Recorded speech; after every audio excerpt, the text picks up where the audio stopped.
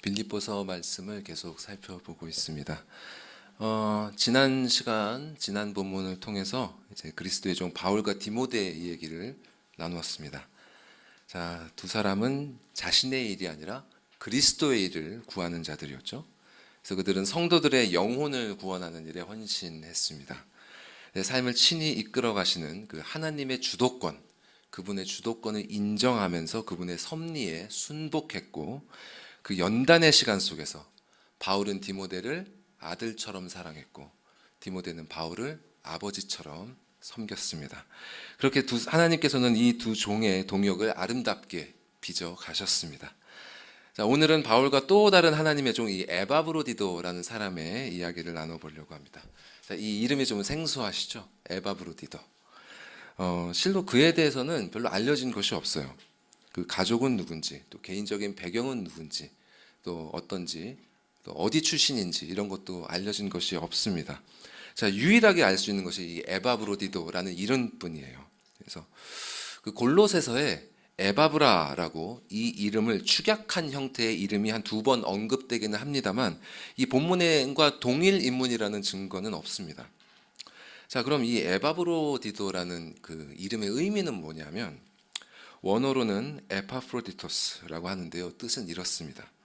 아프로디테에 속한 자 혹은 아프로디테의 총애를 받는 자. 자, 아프로디테라고 들어보셨죠?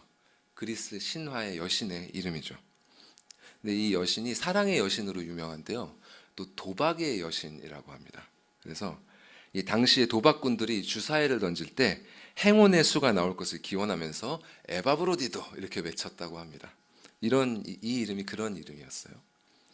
그래서 이 이름의 의미를 미루어 볼 때 이 사람은 이 바울이나 디모데랑은 달리 전혀 그 유대적인 배경을 갖지 않은 그런 헬라인이었던 것으로 보입니다. 그런데 이 에바브로디도가 속해 있던 빌립보 교회는 이 바울이 로마 감옥에 갇혔다는 소식을 듣자 그게 이제 물질적으로 돕기를 결정을 했어요. 왜냐하면 그때 감옥은 오늘날의 교도소에서는 들어가면 밥은 주잖아요. 근데 그때 감옥은 그런 건 없었습니다. 그냥 감옥 안에 버려두는 거예요. 거기서 알아서 해먹고 해야 됐습니다. 그러니까 당연히 가족들이나 아는 사람들이 먹을 것을 넣어주어야 연명을 할 수 있었어요. 그렇기 때문에 이제 빌립보 교회에서는 사람을 보내서 이 바울의 생존을 돕는 동시에 또 자신들의 이 영적인 문제를 해결하기 위해서 이 디모데를 좀 보내줄 것을 바울에게 부탁을 하기로 했습니다. 그러려면 이제 바울을 도와줘야 하기 때문에 상당량의 돈을 가지고 빌립보에서 로마까지 가야겠죠. 근데 빌립보에서 로마까지의 거리는 한 1800km 정도가 됩니다. 그래서 당시의 교통수단으로 가려면 한 6주 정도 걸린대요. 그러니까 40일이 넘게 걸리는 거죠.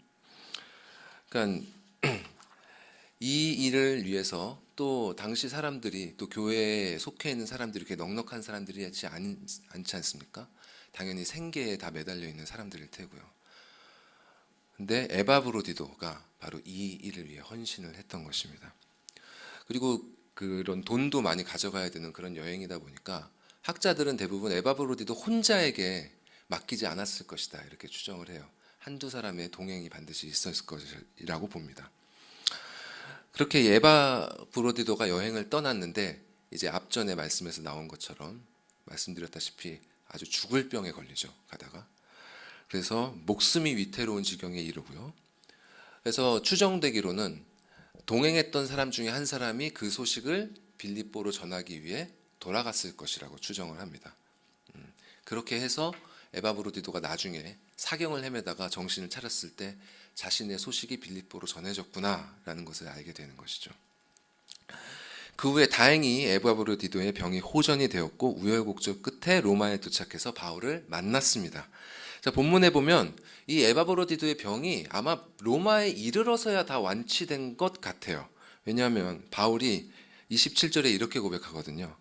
하나님께서 그를 낫게 하셨기 때문에 자신이 근심 위에 근심을 면하게 되었다. 이렇게 에바브로디도를 만난 바울은 우리가 보고 있는 이 빌립보서를 기록했습니다. 그는 이 편지를 통해서 빌립보 교회에 정말 진심으로 감사를 전하고자 했고요. 또 그들에게 필요한 그 영적 교훈을 주고자 했고, 또 동시에 디모데 없이 혼자 돌아갈 에바브로디도에 대해서 이 빌립보 성도들이 행여나 오해하지 않도록 또 잘 설명해야 했어요. 자, 큰 돈을 가지고 에바브로디도가 갔는데 디모데를 데리고 오기로 했는데, 그리고 원래는 이렇게 추정하기도 합니다. 에바브로디도는 로마에 남아서 바울을 돕고 대신 디모데를 빌립보로 보내달라, 이렇게 요청을 한 것이죠. 근데 디모데는 안 오고 에바브로디도가 갔다가 다시 온 거예요. 여기에 여러 가지 오해가 있을 수 있는 것이죠. 그렇기 때문에 이에 대해서 그런 오해가 없을 수 있도록 바울이 빌립보서에서 간의 사정을 설명할 필요가 있었던 것입니다. 이 오늘 본문은 바로 이런 배경 하에서 쓰여졌던 거예요. 자, 그럼 이를 염두에 두면서 25절 말씀을 같이 읽어보겠습니다. 시작. 그러나 에바브로디도를 너희에게 보내는 것이 필요한 줄로 생각하노니 그는 나의 형제요 함께 수고하고 함께 군사된 자요 너희 사자로 내가 쓸 것을 돕는 자라. 자, 이 구절에서 바울이 에바브로디도에 대해서 5가지 호칭을 나열하면서 칭찬을 합니다. 잘 보시면 앞에 3가지는 바울과 에바브로디도의 관계에 대한 것이고, 나중에 2가지는 에바브로디도와 빌립보 교회의 관계에 대한 것이에요. 자, 먼저 바울은 그를 나의 형제라고 소개하는데요. 이는 말 그대로 그리스도 안에서의 형제를 뜻하는 것이기도 하고, 또 바울 자신과 친밀한 관계를 가지고 있는 사람이다, 이렇게 나타내는 것입니다. 그리고 2번째로 바울은 에바브로디도를 함께 수고하는 자라고 했는데요. 이를 영어로 하면 fellow worker, 즉 동역자라는 뜻입니다. 자, 넓게 보면 사실 그리스도의 몸 안에 속한 모든 성도가 이런 fellow worker, 동역하는 관계라고 볼 수 있겠죠. 근데 여기서 바울은 에바브로디도가 그와 함께 이 같은 일에 헌신했음을 나타내는 것입니다. 그리고 3번째로 바울은 그를 자신과 함께 군사된 자라고 해요. 다른 말로 하면 전우라고 할 수 있겠죠. 자, 이 말은 에바브로디도가 바울과 함께 이 동일한 영적 대적을 상대했다는 뜻입니다. 이렇게 에바브로디도는 바울에게 그저 신앙을 가진 많은 형제들 중에 하나가 아니라 그와 친밀한 관계를 가지고 그와 함께 일했던 동역자요, 그와 함께 영적 싸움을 싸웠던 전우이기도 했습니다. 자, 여러분의 영적 여정에도 이런 사람이 있습니까? 함께 신앙생활을 하는 그런 형제 자매 관계를 넘어서서 함께 그리스도의 일을 하는 동역자, 또 함께 영적 전쟁을 수행하는 그런 전우와 같은 그런 사람이 있습니까? 많은 크리스천들이 신앙생활을 상당히 사적인 일로 생각하는 경향이 있어요. 그러니까 나름 진지한 신자라고 해도 그 영적인 관심사는 그저 개인적인 영역에 국한되어 있는 경우가 많습니다. 내 경건 생활은 어떻게 해야 되지? 나의 이 죄를 어떻게 다뤄야 되지? 내 소명은 뭐지? 등등. 이 신앙생활이라고 하면 온통 이 자기 자신의 일들을 떠올리는 것이 보통이에요. 그러나 하나님께서는 당신의 자녀들의 신앙 여정을 그저 개인적인 것이 되도록 하지 않으셨습니다. 그 여정은 홀로 걷는 길이 될 수가 없어요. 예수께서도 홀로 사역하지 않으셨고요. 바울도 많은 동역자가 있었습니다. 그리고 참 먼 나라로 잡혀갔던 다니엘에게도 3 친구가 있었죠. 또 한동안 외로운 싸움을 해야 했던 엘리야에게도 엘리사가 있었습니다. 그런 것처럼 하나님께서는 이렇게 당신의 자녀들을 홀로 두지 않으시고 그들 곁에 형제 자매를 두사 서로를 돕고 의지하면서 함께 동역하고 또 함께 영적 싸움을 싸우도록 하셨습니다. 자, 여러분에게도 그런 사람이 있습니까? 그저 같이 교회를 다니는 사람이 아니라 영적인 여정을 함께하는 그런 사람이 있습니까? 만일 지금 그런 사람이 없다면 누가 최우선적으로 여러분에게 그런 사람이 되어야 하겠습니까? 이 질문에 대한 답은 전혀 어렵지 않죠. 태초에 하나님께서는 아직 이 세상에 죄가 들어오지 않았던 그때에도 사람을 혼자 두지 않으셨습니다. 사람이 독처하는 것이 좋지 못하다 하시고 그에게 배우자를 허락하셨습니다. 자, 결혼을 하지 않은 분이라면 아직 혼자일 수도 있어요. 그리고 결혼을 끝내 하지 않는 경우라면 하나님께서 바울처럼 가족과 같은 동역자들을 허락하실 것입니다. 그러나 만약 기혼자라면 그런 분이 영적 여정을 함께 해야 할 가장 가까운 동역자여 전우는 바로 배우자가 되어야 할 것입니다. 부부는 바울과 에바브로디도가 그랬던 것처럼 그리스도 안에 가장 가까운 형제와 자매로서 함께 그리스도의 일을 위해 협력하고 함께 영적인 대적을 상대해야 합니다.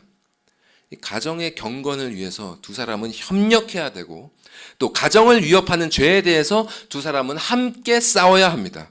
남편의 영적인 일은 곧 아내의 일이고 아내의 영적인 대적은 곧 남편의 대적인 것입니다.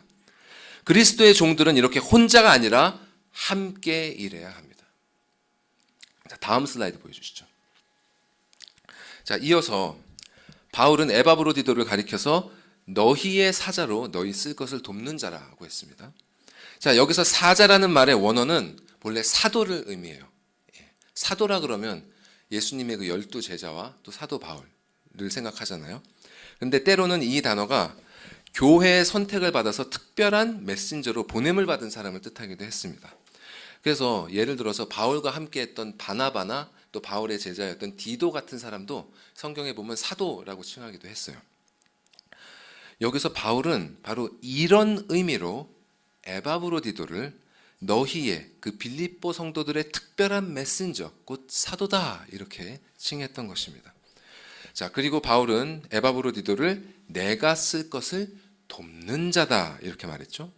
자, 여기서 돕는 자라는 말은 당시에 어떤 공적인 일, 퍼블릭한 일을 자비량으로 봉사하는 사람을 뜻하는 말이었습니다. 자, 당시에 이렇게 아무런 후원 없이 자기 돈으로 공적인 일을 한다는 것은 그 자체로 이미 사회적으로나 경제적으로 상당한 위치에 있는 사람이라는 뜻이었어요. 그래서 당시에는 이렇게 돕는 자라고 불리는 사람은 시민들에게 특별한 존경을 받는 위치에 있는 사람들이었습니다. 게다가 이 돕는 자라는 말은 성경에서 여러 가지로 해석되고 있는데요. 자, 다음 로마서 말씀 밑에 보시죠. 자, 제가 읽어보겠습니다. 이 은혜는 곧 나로 이방인을 위하여 그리스도 예수의 일꾼이 되어 하나님의 복음의 제사장 직분을 하게 하사 이방인을 제물로 드리는 것이 성령 안에서 거룩하게 되어 받으실 만하게 하려 하심이라. 자, 여기서 일꾼이 바로 오늘 본문의 돕는 자와 같은 말입니다. 즉 돕는 자라는 것이 무슨 뜻이냐면 복음을 전하는 일꾼이고 제사장처럼 영혼 구원을 위해 헌신하는 자라는 뜻입니다. 자, 그리고 히브리서 1장은 또 이렇게 말씀합니다. 또 천사들에 관하여는 그는 그의 천사들을 바람으로 그의 사역자들을 불꽃으로 삼으시느니라 하셨을 때. 자, 여기서 이 사역자들은 바로 하나님의 천사들을 의미하는데요. 이 사역자들이라는 말이 바로 돕는 자와 같은 말입니다. 마치 하나님을 돕는 천사와 같이 사역하는 자라는 뜻입니다. 자, 게다가 이 히브리서 8장 말씀을 함께 읽어볼까요? 8장 말씀을 함께 읽어보겠습니다. 시작. 성소와 참 장막에서 섬기는 이시라. 이 장막은 주께서 세우신 것이요 사람이 세운 것이 아니니라. 자, 여기서 섬기는 이가 누굴까요? 섬기는 이 바로 예수 그리스도이십니다. 히브리서 기자는 우리의 대제사장이신 그분을 섬기는 자, 오늘 본문의 표현으로 하면 돕는 자라고 칭하셨습니다. 이처럼 이 돕는 자라는 표현은 사람이 행하는 그 일과 관련돼서 깊은 존경을 담고 있는 표현입니다. 자, 바울은 에바브로디도에 대해서 왜 이렇게까지 표현했을까요? 자, 빌립보 성도들은 이미 에바브로디도에 대해서 잘 알고 있었지 않았습니까? 그런데 왜 이렇게까지 표현을 했을까요? 이는 앞서 말씀드린 그런 사정으로 인해서 에바브로디도가 오해를 받지 않도록 할 뿐만 아니라 자신과 함께 목숨을 바쳐 일했던 그의 평판을 높여주기 위해서입니다. 자, 말씀드렸다시피 에바브로디도는 이방인 출신이고 또 무명한 사람이었지만 바울은 아무런 편견 없이 그의 헌신에 찬사를 보내면서 교회 가운데 아낌없이 그를 높였던 것입니다. 자, 여러분, 어떤 사람을 이렇게 진심으로 높여주는 일이 생각처럼 그리 쉽지 않습니다. 특히 그 사람이 가까운 사람일수록, 오래 알고 지낸 사이일수록 그 사람의 약점과 치부를 잘 알기 때문에 쉽지 않아요. 그러나 그리스도의 참된 종이라면 자신과 함께 동역하는 사람에 대해서 이처럼 높일 줄 알아야 합니다. 그가 오해를 받지 않도록 그를 위해서 변호할 수 있어야 되고, 그가 행하는 그 작은 영적 헌신이라도 칭찬하고 존경해야 합니다. 남편과 아내가 그렇게 해야 하고 성도와 사역자들이 서로 그렇게 해야 합니다. 이에 대해서 성령께서 지금 여러분 각자에게 떠올려 주시는 생각들이 있을 거예요. 그것을 무시하지 마시고 말씀 가운데 깊이 묵상하시고 여러분이 해야 할 바를 실천하십시오. 바울이 에바브로디들을 높인 것처럼 여러분의 동역자를 높여 주십시오. 그러면 여러분의 가정과 교회에 변화가 일어나기 시작할 것입니다.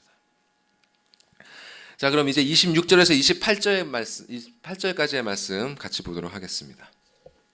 자, 26절 말씀부터 천천히 볼게요.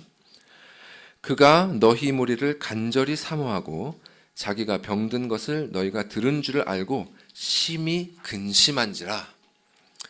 자, 26절은 에바브로디도가 빌립보로 돌아가고자 하는 이유에 대해서 말씀하고 있습니다. 자, 먼저 그는 빌립보 성도들을 간절히 사모했어요. 오랜 기간 떠나 있던 탓에 보고 싶었던 것이죠. 그러나 이보다 더 그를 시급히 돌아갈 수밖에 없도록 했던 것은 바로 두 번째 이유 때문입니다. 자기가 병든 것을 너희가 들은 줄을 알고, 이 병에 걸려서 사경을 헤매고 있던 에바브로디도는 나중에 정신을 차린 후에야 자신의 소식을 빌립보로 전했었음을 알았던 것입니다. 자, 에바브로디도의 가족들이 그 소식을 듣고 얼마나 충격을 받았을까요?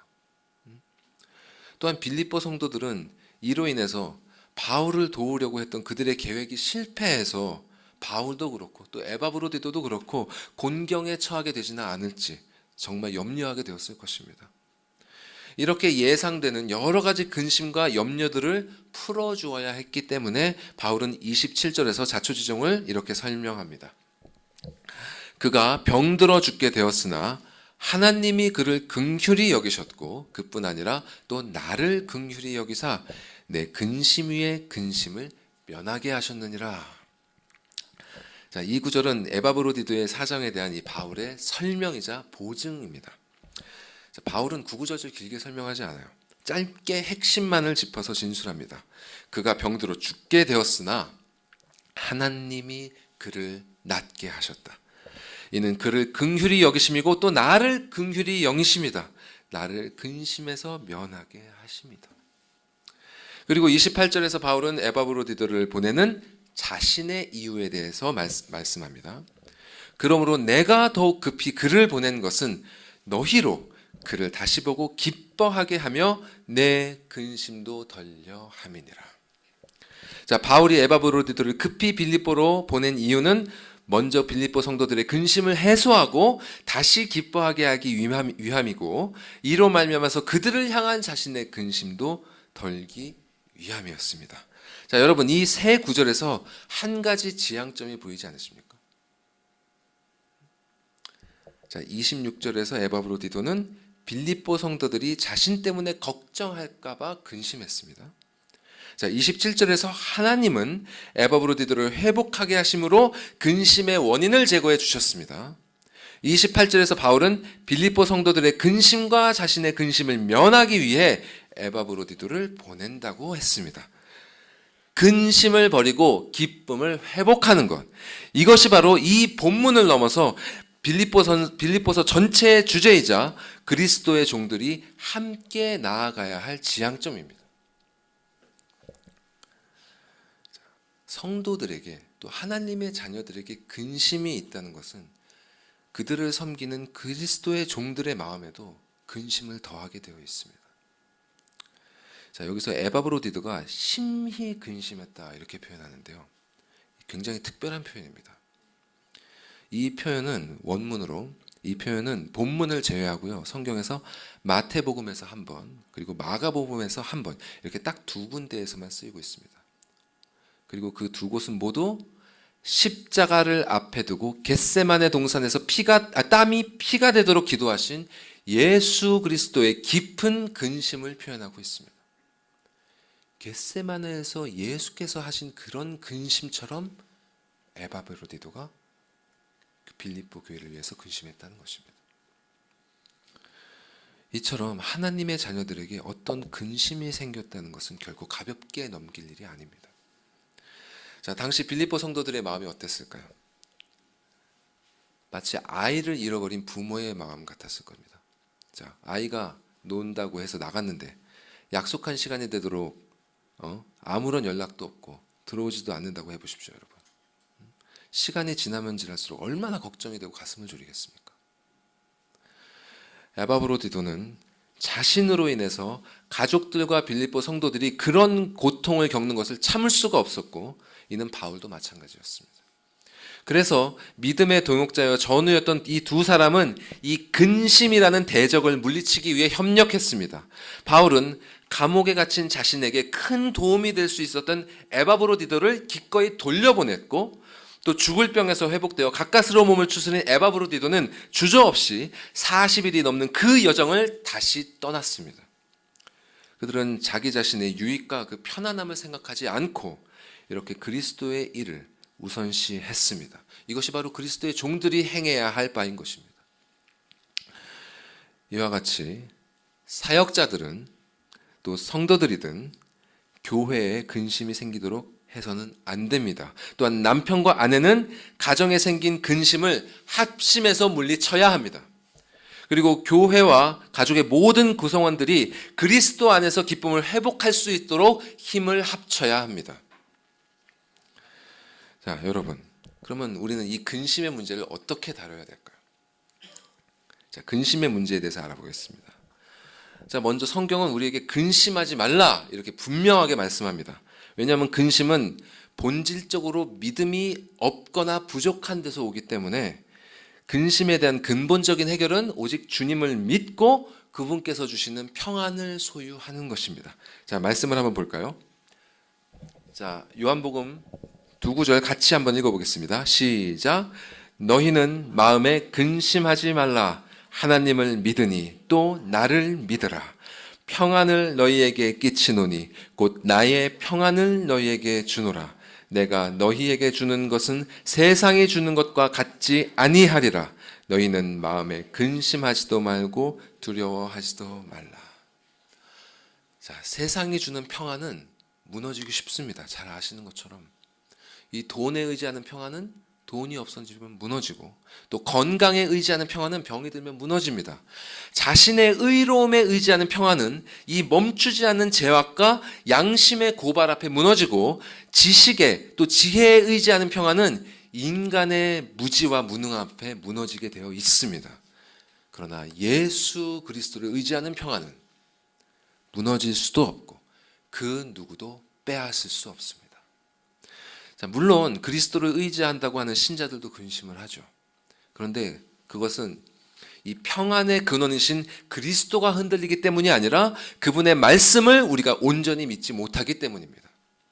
예수님의 제자들도 그분이 십자가에서 죽으셨다가 3일 만에 다시 살아나리라 하는 그 말씀을 믿지 못해서 근심에 빠졌습니다. 근심하는 제자들에게 예수께서는 이렇게 말씀하셨습니다.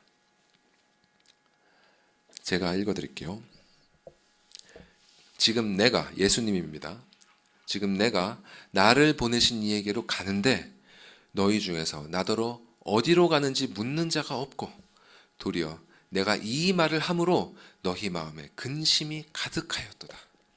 내가 진실로 진실로 너에게 이르노니 너희는 곡하고 애통하겠으나 세상은 기뻐하리라. 너희는 근심하겠으나 너희 근심이 도리어 기쁨이 되리라. 여자가 해산하게 되면 그 때가 이르렀으므로 근심하나 아기를 낳으면 세상에 사람 난 기쁨으로 말미암아 그 고통을 다시 기억하지 아니하느니라. 지금은 너희가 근심하나 내가 다시 너희를 보리니 너희 마음이 기쁠 것이요 너희 기쁨을 빼앗을 자가 없으리라. 아멘. 예수께서는 이렇게 제자들에게 기쁨을 약속하셨습니다. 십자가에서 죽으신 예수님은 다시 살아나사 그들을 다시 보실 것이고, 주님을 본 그들의 마음은 기쁨으로 가득 찰 것이고, 그 기쁨은 아무도 빼앗을 수 없을 것입니다. 실로 예수께서 부활 승천하시고 그분의 약속대로 보혜사 성령께서 강림하시자 제자들은 근심과 그 두려움에 눌려있던 지난날의 모습을 벗어버리고 빼앗기지 않는 기쁨을 소유한 담대한 자들이 되었습니다. 그리고 그들은 이 기쁨을 전하기 위해 서로 힘을 다해 협력하면서 자신의 모든 것을 바쳤습니다. 여러분, 이 기쁨이 우리에게도 약속된 것입니다. 온전히 그리스도를 믿는 자, 그 영혼을 그리스도께 의탁한 자는 이 기쁨을 빼앗길 수 없습니다. 여러분, 이 기쁨을 소유하고 계십니까? 사도들이, 또 제자들이, 초대교회 성도들이 그랬던 것처럼 이 기쁨으로 모든 고통과 환난과 유혹을 이기며 살고 계십니까? 여러분, 진실로 여러분의 영혼의 대답이 아멘이시길 바랍니다. 네, 아시는 것처럼 이 기쁨은 그냥 주어지는 것이 아닙니다. 죄의 영향력 아래에 있는 이 영혼이 거룩한 기쁨을 소유하기 위해서는 우리가 공부하고 있는 소요리 문답이 가르쳐주는 것처럼 생명에 이르는 회개라는 문을 통과해야 합니다. 그리고 한 번만 통과하는 것이 아니라 생애를 걸치면서 계속해서 그 문을 지나가야 합니다. 하나님께서는 사람의 영혼이 이러한 회개에 이르도록 하시기 위해서 우리에게 당신의 뜻대로 하는 근심을 허락하십니다. 자, 고린도후서 7장에서 바울은 이에 대해서 이렇게 진술합니다. 함께 고린도후서 말씀 읽어볼까요? 시작! 하나님의 뜻대로 하는 근심은 후회할 것이 없는 구원에 이르게 하는 회개를 이루는 것이요 세상 근심은 사망을 이루는 것이니라. 보라, 하나님의 뜻대로 하게 된 이 근심이 너희로 얼마나 간절하게 하며 얼마나 변증하게 하며 얼마나 분하게 하며 얼마나 두렵게 하며 얼마나 사모하게 하며 얼마나 열심 있게 하며 얼마나 벌하게 하였는가. 너희가 그 일에 대하여 일체 너희 자신의 깨끗함을 나타내었느니라. 자, 말씀해 보시다시피 근심에는 두 가지가 있습니다. 먼저 세상 근심은 이 세상의 것을 얻지 못해서 근심하는 것입니다. 지난번에 전도사님 말씀하셨던 것처럼 이 돈이든 명예든 건강이든 간에 여러분이 이 세상의 것을 얻지 못함으로 인해 근심하고 있다면 이는 곧 그리스도에 대한 믿음이 없음을 증명하는 것이고, 이 근심에서 벗어나지 못하면 그 결말은 사망에 이르게 되는 것입니다. 그러나 하나님의 뜻대로 하는 근심은 그렇지 않습니다. 이 하나님의 뜻대로 하는 근심은 자기의 죄를 슬퍼하고 미워하기 때문에 생기는 근심이고, 또 그 모든 죄를 떨쳐버리고 버리기 위한 근심이고, 또 그리스도의 구원을 사모하고 갈망하기 때문에 생기는 근심입니다. 그래서 바울은 11절에서 저렇게 표현하고 있는 것입니다. 11절을 보시면서 들어보십시오. 보라, 하나님의 뜻대로 하게 된 이 근심이 너희로 하나님의 구원을 얼마나 간절히 원하게 하는가, 얼마나 그 진리를 변증하게 하는가, 얼마나 자신의 죄에 대해서 분하게 하며 얼마나 하나님의 심판을 두렵게 하며 얼마나 그리스도를 사모하게 하며 얼마나 복음에 대하여 열심 있게 하며 얼마나 영혼의 거룩함을 위하여 스스로의 잘못을 엄격히 벌하게 했는가.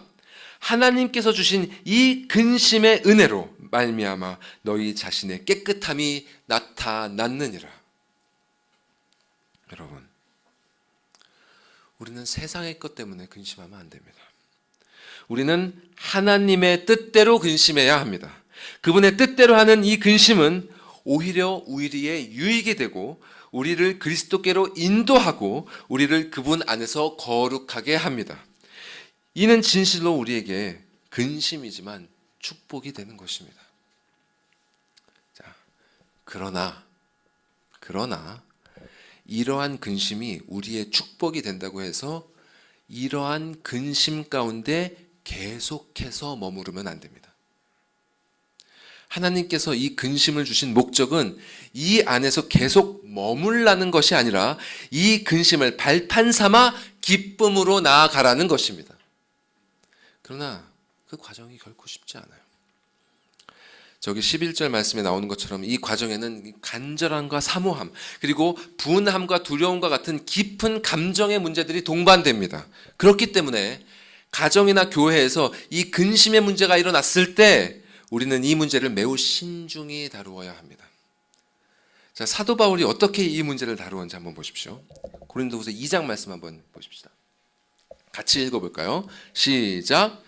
내가 마음에 큰 눌림과 걱정이 있어 많은 눈물로 너희에게 썼노니 이는 너희로 근심하게 하려 한 것이 아니요 오직 내가 너희를 향하여 넘치는 사랑이 있음을 너희로 알게 하려 함이라. 근심하게 한 자가 있었을지라도 나를 근심하게 한 것이 아니요 어느 정도 너희 모두를 근심하게 한 것이니 어느 정도라 함은 내가 너무 지나치게 말하지 아니하려 함이라. 이러한 사람은 많은 사람에게서 벌을 받는 것이 마땅하도다.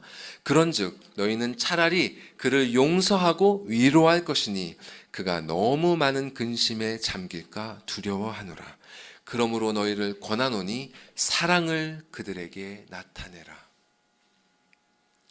자, 바울은 고린도 교회에 어떤 사람들이 지은 죄로 인해서 걱정하면서 그들을 책망하는 편지를 이전에 보냈습니다.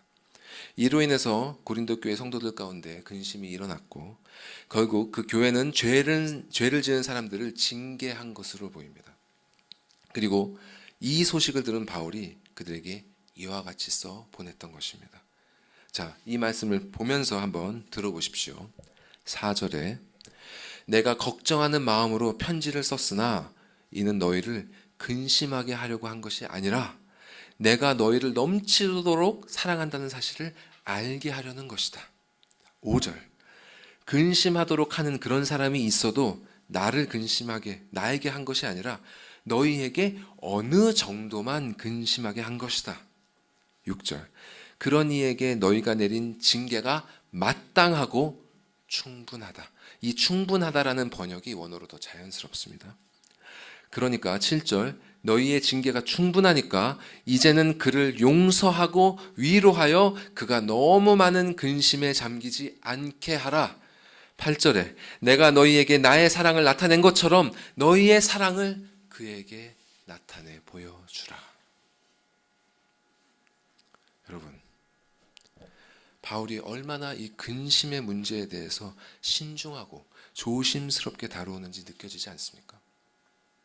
그러나 많은 사람들이 이 문제를 바울처럼 사랑으로 섬세하게 다루지 않습니다. 자, 예를 들어서요. 옛날에는 그 목회자 가정 중에 이런 문제가 많았어요. 이 목사인 아버지가 자기 가정을 돌보지 않고 교회 사역에만 지나치게 몰두하는 것입니다.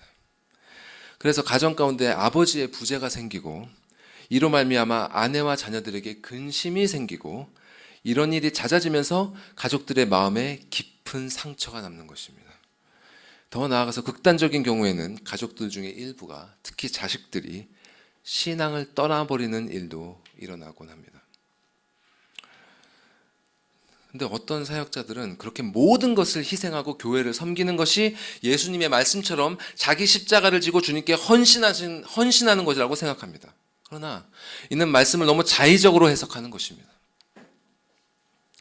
실로 바울은 디모데전서에서 이렇게 분명히 말씀한 바 있습니다. 여러분 잘 들으십시오. 누구든지 자기 친족, 특히 자기 가족을 돌보지 아니하면 믿음을 배반한 자요 불신자보다 더 악한 자니라. 가족을 돌보지 않는 자는 창조주 하나님을 믿지 않는 불신자보다 더 악한 자라고 분명히 말씀합니다. 자, 게다가 교회에 집사나 장로로 섬기는 자에게 필수적으로 요구되는 조건은 바로 가정을 잘 다스리는 자여야 한다는 것입니다. 가정을 잘 다스리지 못하는 자는 교회를 섬길 수 없습니다.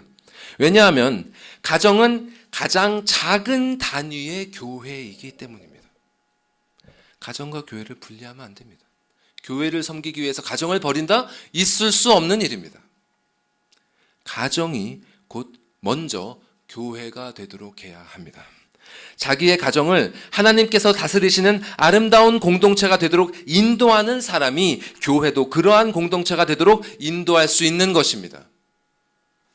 그렇기 때문에 남편은 아내와 함께 가정에서 일어나는 근심의 문제를 신중하게 사랑을 가지고 다뤄야 합니다.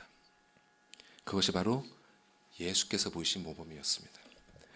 예수께서는 이 땅에서 사역을 하실 때 수많은 사람의 근심을 다루셨습니다. 병이 들어서 근심하는 자, 가난으로 근심하는 자, 영혼의 문제 때문에 근심하는 수많은 자들이 예수님께 찾아왔습니다. 그때 예수님께서 어떻게 하셨나요? 네 육신의 병이 낫는다고 해도 네 영혼이 구원받는 것 아니다. 그러니까 병 낫기를 구하지 말고 네 죄를 용서받기를 구해라. 이렇게 말씀하셨나요? 아닙니다. 예수께서는 그들의 병을 낫게 하셨습니다. 그들을 긍휼히 여기시고 그 육신의 근심 해결해 주셨습니다. 다만 거기서 그치지 않으시고 네 죄를 회개하고 복음을 믿어 영혼의 구원을 얻으라 하셨습니다. 예수께서는 그저 육신의 문제를 다루는 데서 그치지 않으시고 반드시 영혼의 문제로 나아가셨습니다. 이것이 바로 예수께서 우리에게 친히 보이신 모범입니다.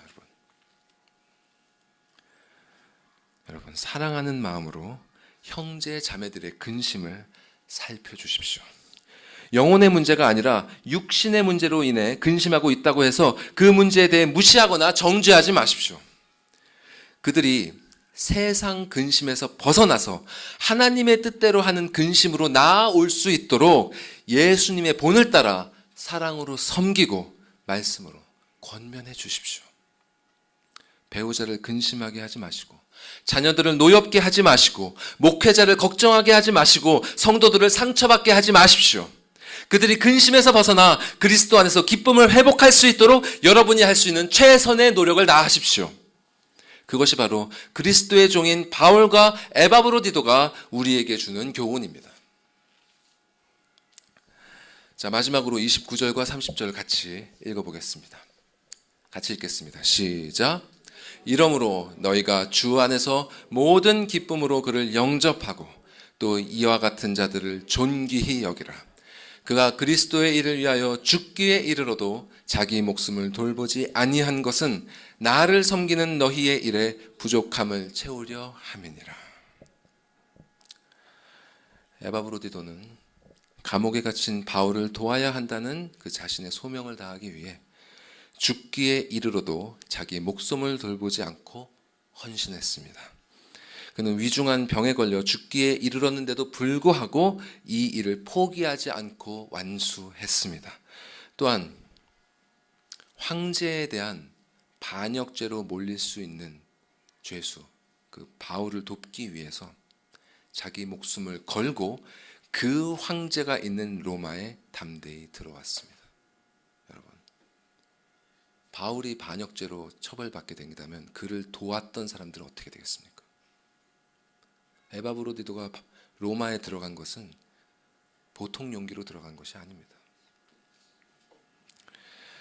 이는 마치 도박꾼이 돈을 잃을 위험을 감수하듯이 자기의 목숨을 건 것과 같다고 학자들은 표현합니다.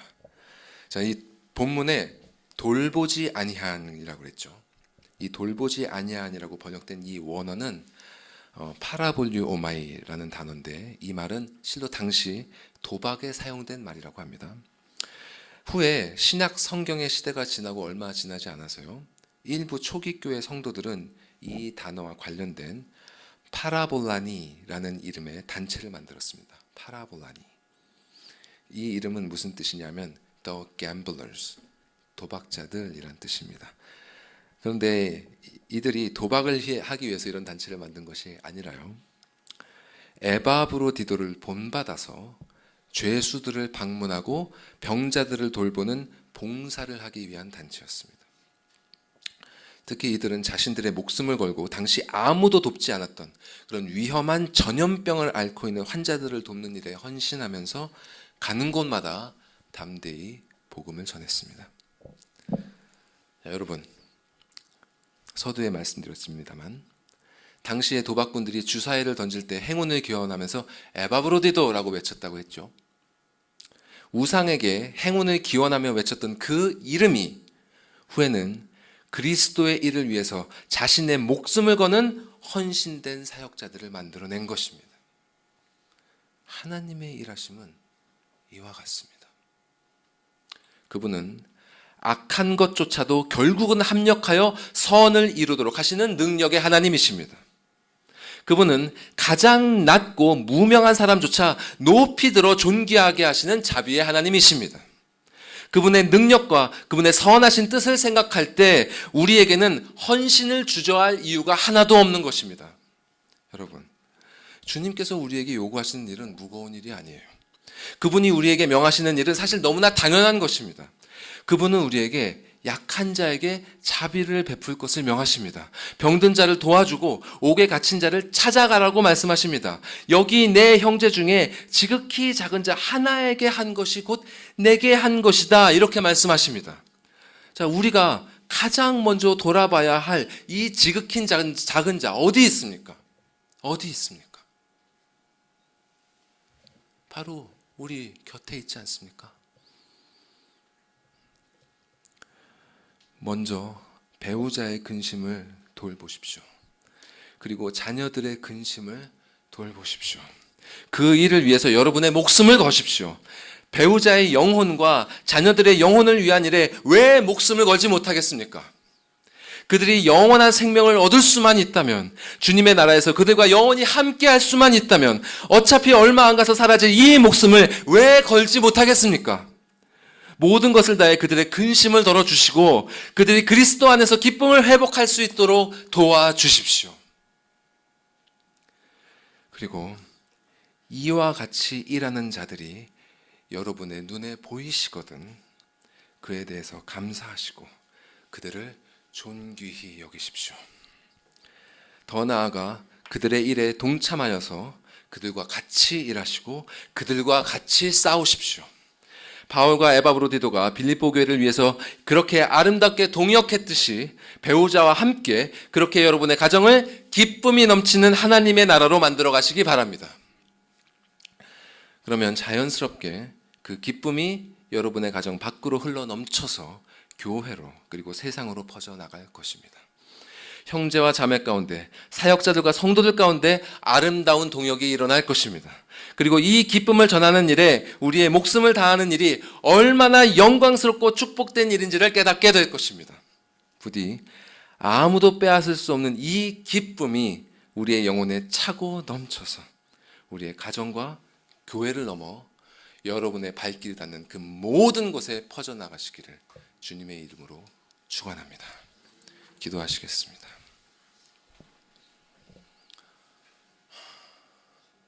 주여, 우리가 무엇이건대 주님의 이 놀라운 일에 참여하도록 하셨나이까. 주님, 우리 각자에게 정말 감당할 수 없는 이 영광스러운 직분을 허락하시고 이 자리에 우리를 두셨으니 우리가 이곳에 존재하는 이유에 대하여 잊지 않도록 하여 주시옵소서. 우리를 빛과 소금이라 하셨은즉 주님, 말 아래에 숨겨지지 않게 하시고 가려지지 않게 하시고 빛으로 드러나게 하시옵고 또 세상 밖으로 나가지 않게 하시옵고 세상 안으로 들어가서 소금의 역할을 하게 하시옵소서. 그들과 함께 하여서 그들의 근심을 덜어주어서 그들이 세상 근심이 아니라 주께서 주시는 복된 근심을 하게 도와주게 하시옵고 결국엔 그리스도 안에 참 평안과 참 기쁨을 누리는 자들로 돌아오게 하여 주시옵소서. 그 모든 과정 가운데 함께 하사 주 예수께서 말씀하셨던 그 누구도 빼앗을 수 없는 그 기쁨을 주와 함께 누리게 하여 주시옵소서. 이 모든 복락이 이곳에 모인 모든 성도들에게 있기를 간절히 구하옵고 예수님의 이름으로 기도드리옵나이다. 아멘.